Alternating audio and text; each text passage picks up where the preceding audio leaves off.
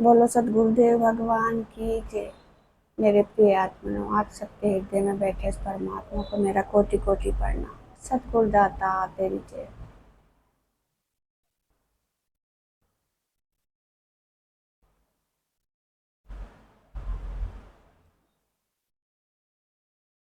तो मैंने अभी जो पिछली वीडियो कबीर के बारे में बनाई थी,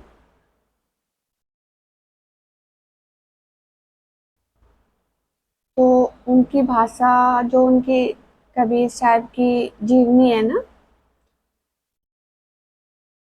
उसमें जो उनकी भाषा बताई है, अवधि पंचमेल खिचड़ी, इस पे गौर करना। अवधि पंचमेल खिचड़ी, अवधि भाषा। अवधि भाषा जहाँ वध ना होता हो, अमरता हो, उसे अवधि कहते हैं।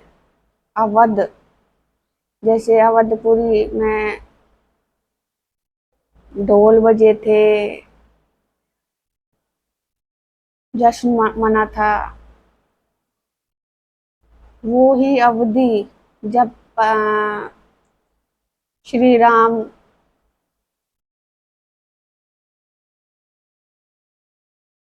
का जन्म हुआ था, वो अवधि भाषा। पंचमेल खिचड़ी,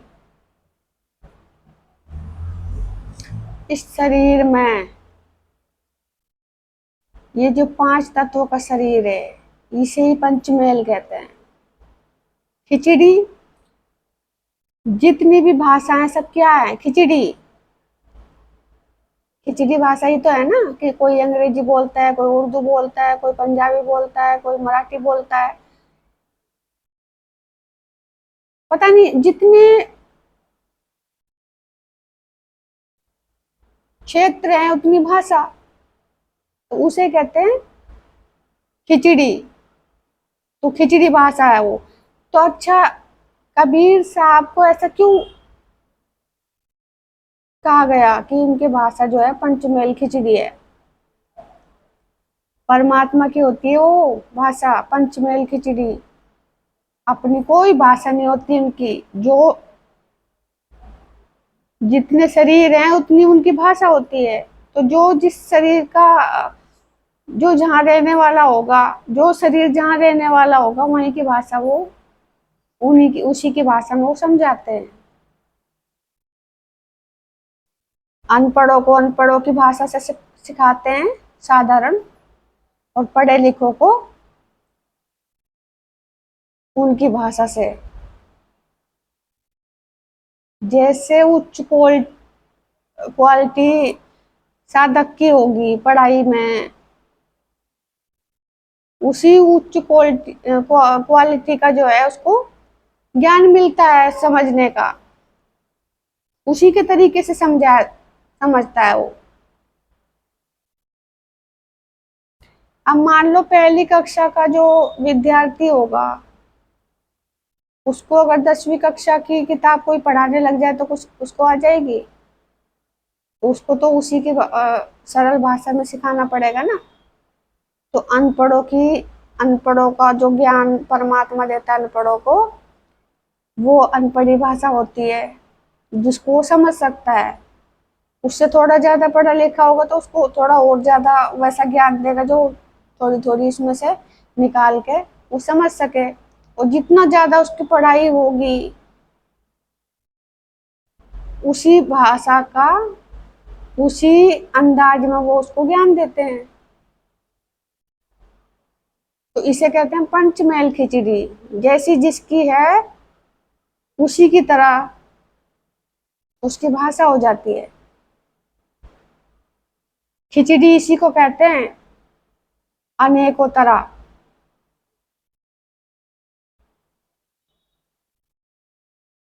अनेक को खिचड़ी कहते हैं। वही मैंने बताया था कि जगन्नाथ पे जो है, जगन्नाथ धाम है, वहाँ खिचड़ी का जो प्रसाद चढ़ता है, खिचड़ी का भोग लगाया जाता है। वो खिचड़ी क्या है? ये जो तुमने तरह तरह के भगवानों की खिचड़ी बना रखी है, तरह तरह के देवताओं की खिचड़ी बना रखी है अपने अंदर,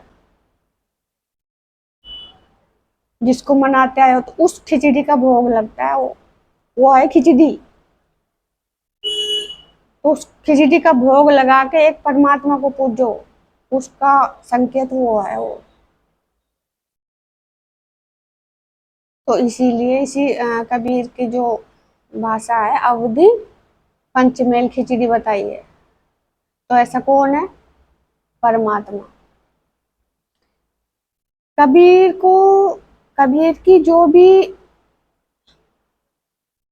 ग्रंथ हैं, जो भी कुछ है, जो भी उसको ज्ञान दिया गया, एक तरफ उसको परमात्मा बताया गया है और दूसरी तरफ संत। तो एक साहेब कबीर और एक कबीर दास, दोनों रूप दिए गए हैं उनको, दोनों रूपों से उनको जाना जाता है। परमात्मा के रूप से देखेंगे तो परमात्मा, और संतों के रूप में देखेंगे तो संत मिलेंगे। वो कैसे? परमात्मा निराकार है, अजन्मा है, अविनाशी है, इसलिए आदि कबीर की कहानियों में वही पाता है। पानी से पैदा नहीं, सुहासा नहीं शरीर। तो ये कौन है? परमात्मा, यानी कि निराकार। एक तरफ उनको निराकार बता रखा है और एक तरफ उनको साकार। वो निराकार परमात्मा जिस साकार शरीर में प्रकट होते हैं, शरीर में प्रकट होते हैं, जैसे साधक है, साधक का शरीर साकार का है, तो जो उसमें प्रकट हो गए तो वो क्या हो गया? साकार कवि कबीर। तो निराकार साकार दोनों रूप जो है दिए गए हैं कबीर को।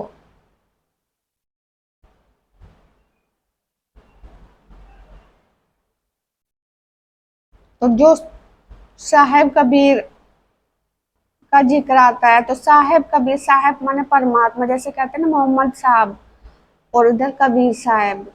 साहेब और साहब एक ही है, वो परमात्मा के लिए इस्तेमाल होता है शब्द। और उधर है कबीर दास।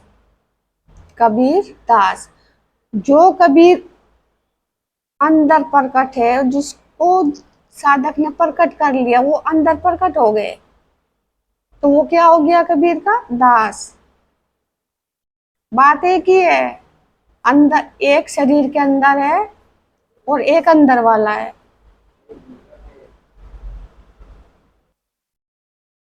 तो जो चमत्कार दिखाए जाते हैं वो निराकार ब्रह्म के होते हैं, वो चमत्कार। और जो ज्ञान उपदेश देते हैं वो दिखाया जाता है साकार वाले का। है सब निराकार के ही, दिखाया गया है, बाकी हकीकत में जो है इससे थोड़ा हटके होता है, तो इसको दिखाया गया है। एक रूप संत का जो दास है,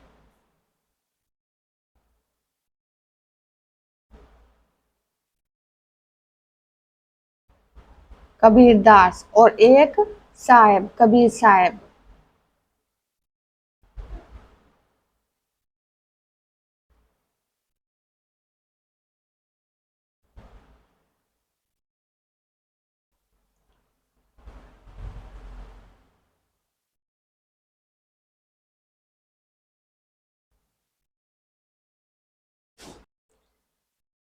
फिर देखो उनकी वीडियो में संवाद भी दिखाते हैं, कृष्ण का और कबीर का संवाद।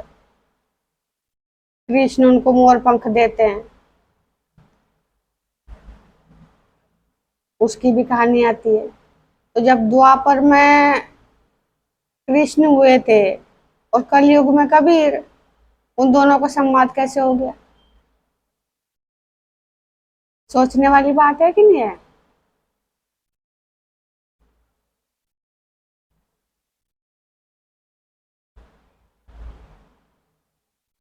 आपस में दोनों ने कैसे बातें कर ली? क्योंकि कृष्ण की भी तो मृत्यु दिखा रखी। तो कृष्ण द्वापर में चले गए थे, कलयुग में फिर कबीर आए, तो उन दोनों की आपस में बातचीत कैसे होगी?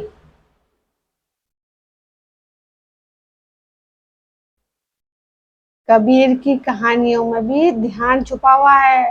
ये जो कृष्ण पंख देते हैं ना, ये भी उसी बात का संकेत देते हैं कि मोर पंख का क्या मतलब होता है। जैसे कार्तिकेय की सवारी मोर थी ना, तो उस मोर का पंख, जो हमारी बाहर जाने वाली वासना है, उसको खींच के हम उस मोर का पंख जैसे कृष्ण ने कर्ण को कहा था कि मोर पंख हो जाओ, मोर पंख हो जाने के लिए कहा था ना कर्ण को भी। तो मोर पंख का मतलब है, जब ये वीर्य ऊपर चला जाएगा तो वही मोर पंख ऊपर यहाँ मस्तक पे तो दिखाते हैं लगा हुआ। कबीर के भी मस्तक में होता है और कृष्ण के भी मस्तक पे दिखाते हैं।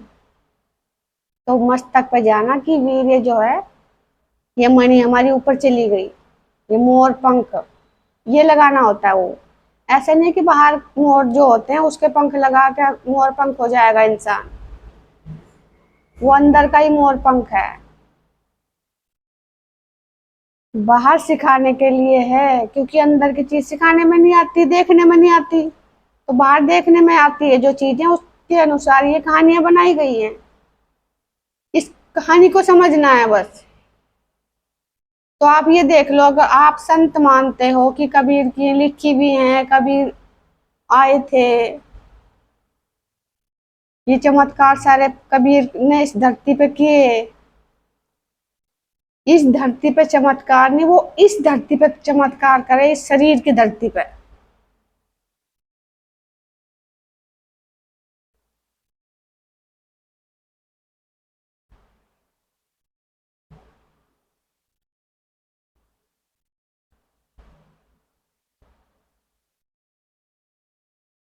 वही काशी है, काशी भंडारा दिया था ना, काशी का। तो वो ये भंडारा यही है। उसके बारे में भी समझाऊंगी मैं आगे चलकर।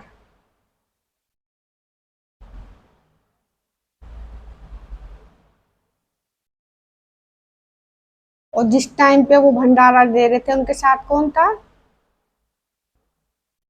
अंदर जो कमरे में बंद थे वो, उनके साथ कौन बैठे हुए थे?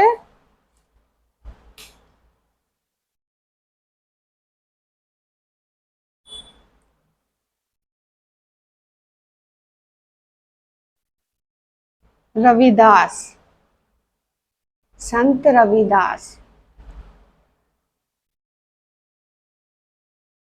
उस अंदर जो कमरा बंद था, तो उसके अंदर दोनों बैठे थे, संत रविदास और कबीर, कबीरदास।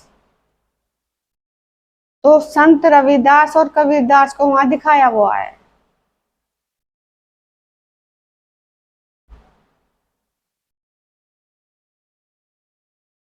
रविदास का मतलब, रवि माने सूर्य।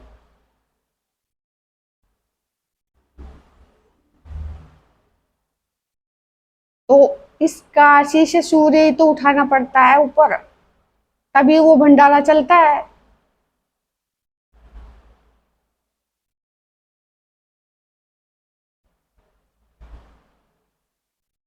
वो भंडारा बाहर खाने पानी पीने का नहीं था,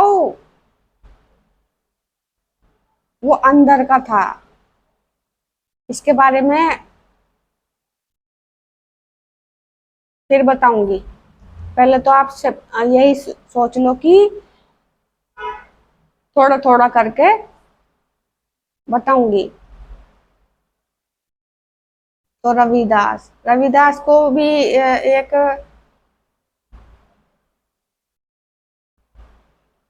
बात कही जाती है रविदास के बारे में। उन्होंने कहा था कि मन चंगा तो कटौती में गंगा। उनकी कटौती से गंगा प्रकट हुई थी कि नहीं हुई थी कहानी में? तो मन चंगा तो कटौती में गंगा। जब मन निर्मल हो जाता है तो उसी कटौती में गंगा प्रकट हो जाती है वो।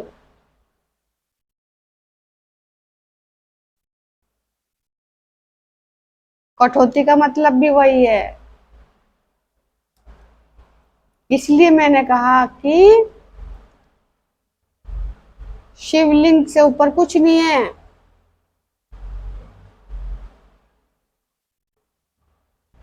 हर कहानी को जो जिस कहानी को भी मैं लेके बैठूंगी उसमें सब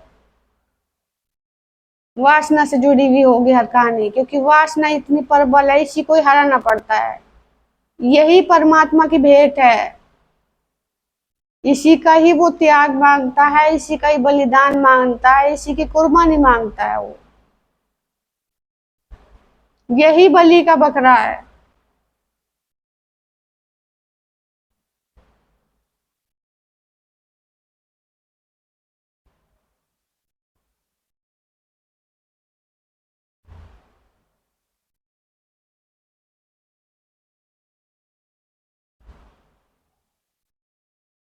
तो जो कृष्ण और कबीर संवाद है, उन दोनों को आपस में बात करते दिखा रखे हैं, एक दूसरे की परीक्षा लेते दिखा रखे हैं। तो ये वास्तव में ऐसा हो सकता है हकीकत की दुनिया में, मतलब कहानियों से हटके ऐसा हो सकता है वास्तविक, कि इसी धरती पे, जो बाहर धरती है ये, इसी धरती पे कबीर आए होंगे और उसी धरती पे कृष्ण आके कृष्ण ने उनकी परीक्षा ली। हो सकता है।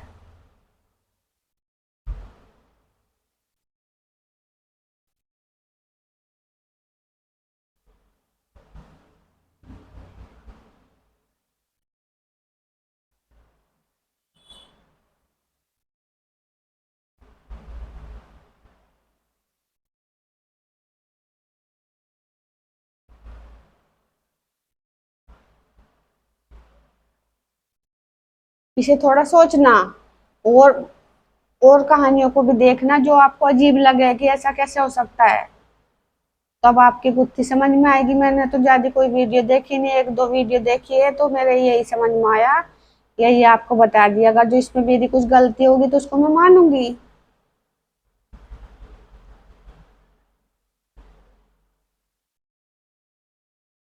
लेकिन आप अपनी सोच से भी ये सोचो, बुद्धि से, कि ऐसा हो सकता है क्या। जैसे जैसे चमत्कार दिखाए हैं, ऐसे ऐसे शरीर रूप में आके हो सकते हैं कि चमत्कार। बाहर के बाहर को कोई जिंदा कर सकता है, जैसे कबीर ने कमाल और कमाली, जिनका नाम रखा गया था, उनको जिंदा किया, अपने गुरु का कटा सिर जोड़ा। ऐसा कोई कर सकता है?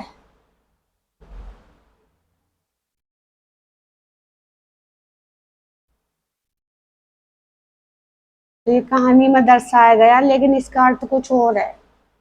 इनके अर्थ अंदर के निकलेंगे, बाहर के नहीं।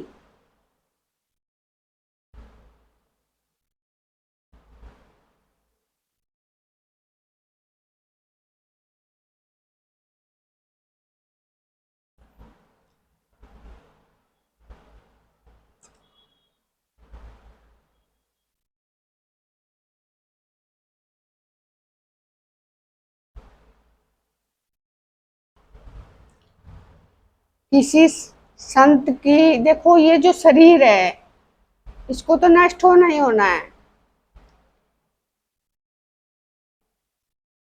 अगर इसमें परमात्मा प्रकट भी है, तभी तब भी इस शरीर का तो अंत होगा। जब इस शरीर का अंत होगा, क्या इस शरीर के फूल बन सकते हैं? जैसे कबीर के शव का जो उसका शरीर था, पार्थिव शरीर, उसके फूल बन गए थे, तो आधे मुसलमान ने बांट लिए, आधे हिंदू ने। ऐसा हो सकता है किसी की देह के फूल बन गए हों? कबीर के अलावा किसी का सुना? अवतार तो बहुत दिखा रखे हैं। कबीर के अलावा किसी और कहानियों में आपने ऐसा कुछ सुना, या किसी और संतों का कुछ सुना? हर तरीके से समझाया गया है, हर तरीके से जताया गया है ताकि लोग समझें।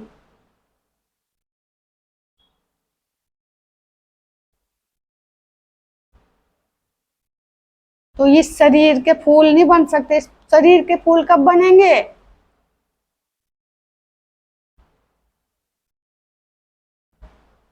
जब ये आत्मा परमात्मा में मिल जाएगी, वही फूल बनना है। इस शरीर के फूल नहीं बनेंगे, वो आत्मा फूल बन के जाएगी।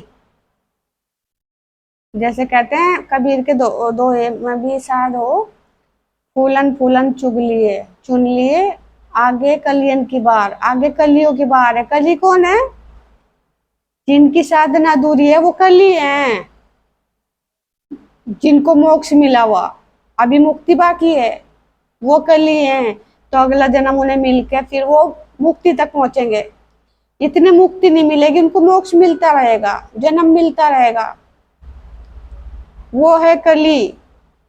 और जो खिल के परमात्मा में चले गए, आत्मा परमात्मा में मिल गई, मुक्ति, शरीर को मुक्ति मिल गई, वो बनते हैं फूल।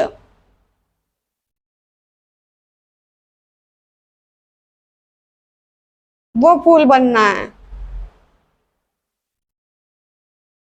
शरीर से मतलब नहीं है फूल का, आत्मा से।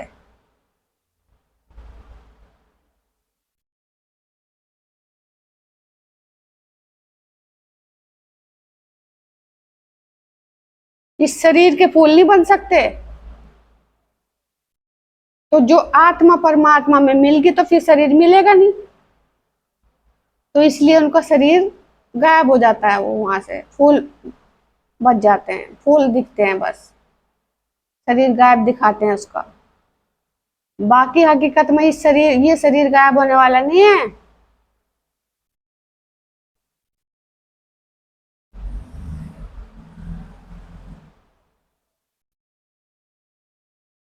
तो यहाँ थोड़ा सोचो कि हकीकत में क्या ऐसा हो सकता है? कबीर के अलावा किसी का दिखाया ऐसा होता हुआ? क्या कभी, जब से सतयुग से अब कलयुग तक, क्या कबीर ही ऐसे संत हुए जिनके देह के फूल बने?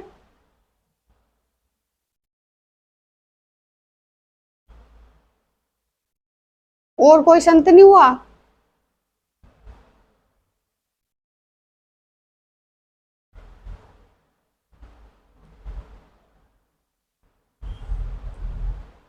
तभी मैं कहती हूँ कबीर के जो ज्ञान है, चाहे वो दोहे हैं, चाहे वो शब्द हैं, शब्द आते हैं जैसे भजन टाइप में, और जैसे इनकी ये जो ग्रंथ हैं, कबीर साहब ग्रंथ, कबीर शब्दावली, इनमें रहस्य गुण छिपे हुए होते हैं, लेकिन डायरेक्ट किसी के समझ में नहीं आते।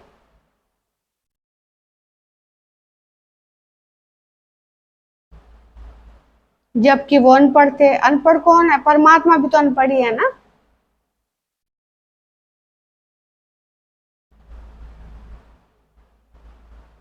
तो जितने भी ये दिखा रखे हैं, चाहे वो मोहम्मद साहब हो, चाहे वो कबीर हो, जो इनकी जीवनी है, जो इनकी कहानी है, उन्हें देख के कुछ समझो।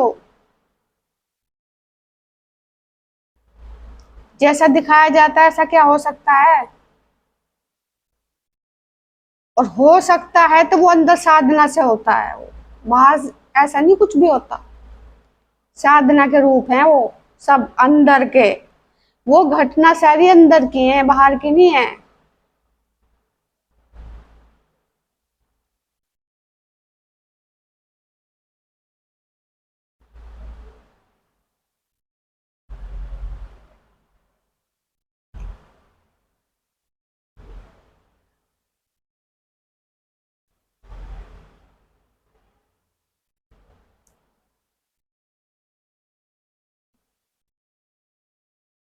तो इसीलिए कहा है,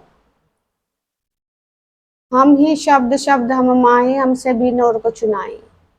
पाप पुण्य दो बीज बनाया, शब्द भेद किसी बिरले ने पाया।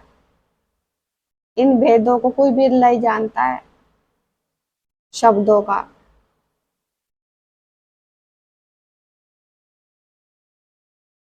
पाप पुण्य दो बीज बनाया। दो ही बीज है, पाप और पुण्य।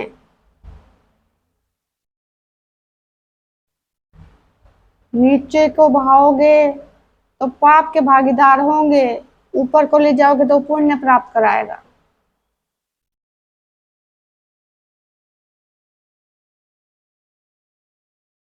जब उसके विकार ही मिट जाएंगे तो पुण्य ही पुण्य है, पाप तो नष्ट हो जाएंगे ना।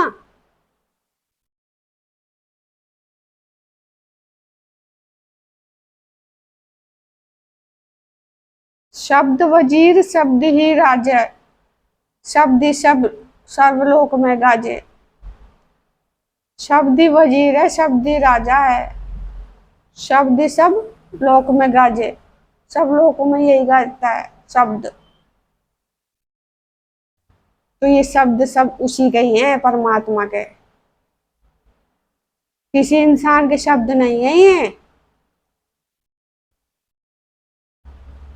इसीलिए उनको जो है भक्ति काल के कवि को कवि कहा गया है। भक्ति काल के कवि। आप अगर जो उसको पढ़ोगे तो क्या कहोगे? भक्ति काल के कवि। भक्ति काल यानी कि भक्ति के समय के। आप तो समय लगाओगे ना, भक्ति काल के कवि। लेकिन यही तो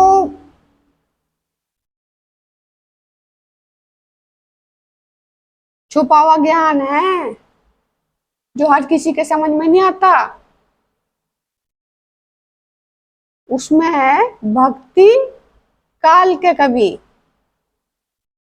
सबसे ज्यादा भक्ति काल ही तो करता है ना। काल ब्रह्म शिव,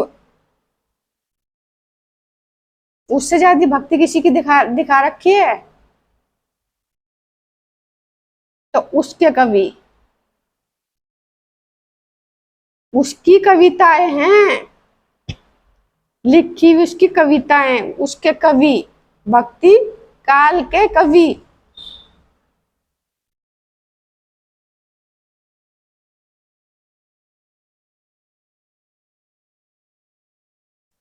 तो इस वीडियो में इतना ही। आगे जैसे भी मैं कुछ देखूंगी, आप भी कुछ देखना, कुछ अपनी अकल से भी सोचना।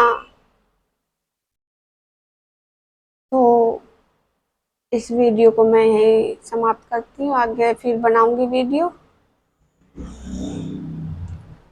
और देखो मेरे पे तो जैसे सब लोग वीडियो बनाते हैं उसमें लिखते हैं हेडलाइन में चटपटी खबर। इतना लिखा हुआ होता है उसमें बहुत अच्छी तरह से कि देखने वाला देखने पे मजबूर हो जाता है कि इसमें देखे क्या छुपा हुआ होगा। होता लिखा कुछ और होता है, पर जब वीडियो देखते हैं तो निकलता कुछ और है। तो उनकी कोशिश यही रहती है कि ज्यादा से ज्यादा व्यूज बढ़े देखने वालों के, इसलिए वो दिखाते कुछ हैं और दिखता कुछ है। मेरे को तो ऐसा कुछ करना नहीं आता और ना मैं करना चाहती हूँ। जिसके किस्मत में होगा सुनना वो सुन लेगा।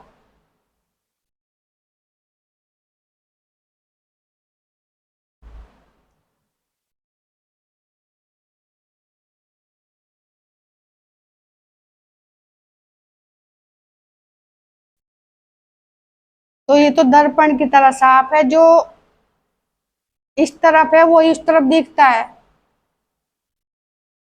इसमें कोई मिलावट नहीं है। तो जैसे परमात्मा बता रहे हैं मैं आपको बता रही हूँ। अच्छा, इसमें कुछ ऐसा भी हो जाता है, देखो कई बातें ऐसी होती है बिना सोचे समझे बोली जाती है, जो थोड़ा बहुत उसमें गलती भी हो जाती है। ऐसा नहीं है कि गलती हो ही ना, क्योंकि सब लोग एक इंसान ही तो हैं। गलती सिर्फ परमात्मा से नहीं होती, इंसानों से गलती हो जाती है। और सोचने में थोड़ा समय लगता है, तब बिल्कुल सही उत्तर निकल के आता है सोच के। तो थोड़ा हम सोचेंगे तो उसके सही उत्तर निकल के आएंगे। और जो जल्दी जल्दी में बोलेंगे तो उसमें थोड़ी गलतियां भी हो जाती है। बाकी जो होगी तो मैं आपको बता दूंगी, लेकिन जितना कुछ बताया है इसको अपनी दिमाग से भी थोड़ा सोचना।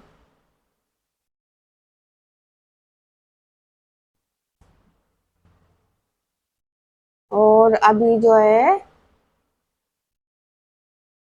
मैं थोड़ा घर से बाहर हूँ, और वीडियो बनाने में थोड़ी अभी रुकावट हो रही है, दिक्कत हो रही है, क्योंकि मैं किसी समस्या के कारण ही यहाँ आई हूँ। और टाइम लगेगा जितना भी तो बनाऊंगी, पर बोल देना पहले सही होता है। अभी मेरे पे ज्यादा वीडियो बनेगी नहीं, तो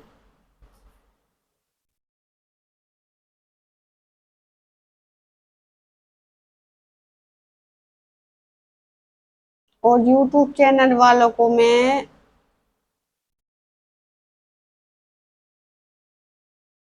एक धन्यवाद और देती हूँ कि मेरी वीडियो के नीचे वो कुछ वीडियो ऐसी भी दे देते हैं जो मैंने भी नहीं देखी होती, लेकिन उनका जो है अच्छे से समझाया जाता है कि और अच्छी तरीके से समझो।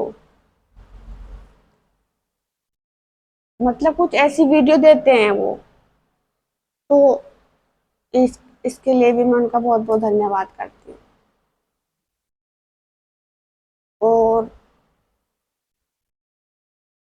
मैं उनसे जो है डायरेक्ट बात करनी भी चाहती हूँ। अगर हो सके तो अपना जो है नंबर मेरी जो वीडियो है उसके नीचे गिर देना, ताकि मैं आपको कुछ पूछ सकूं, क्योंकि मैं ये देखो वीडियो बनाने के बारे में ज़्यादा जानती नहीं हूँ। साधारण साधारण सी वीडियो बनती है। अब इसके क्या क्या नियम है, कैसे कैसे कितने दिनों में वीडियो गिरनी है, क्या इसमें होता है क्या नहीं, थोड़ा सा वो पूछना चाहती हूँ मैं, बस और कुछ नहीं। और कुछ मैं अपनी भी समस्या बताऊंगी। हो सके तो कर देना, नहीं तो कोई बात नहीं।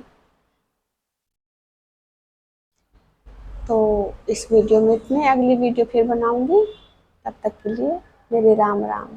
और 2-4 दिन, जितने भी दिन मेरे कुछ ऐसे लग जाएंगे, क्योंकि एक समस्या है उसमें मैं वीडियो बना नहीं पाऊंगी, तो आपको थोड़ा इंतजार करना पड़ेगा। वैसे मैं कोशिश करूंगी जितना भी मुझे टाइम मिलेगा, तो मैं कोशिश करूंगी कि वीडियो बनाऊं। तब तक के लिए मेरी राम राम। सतगुरु दाता तेरी जय।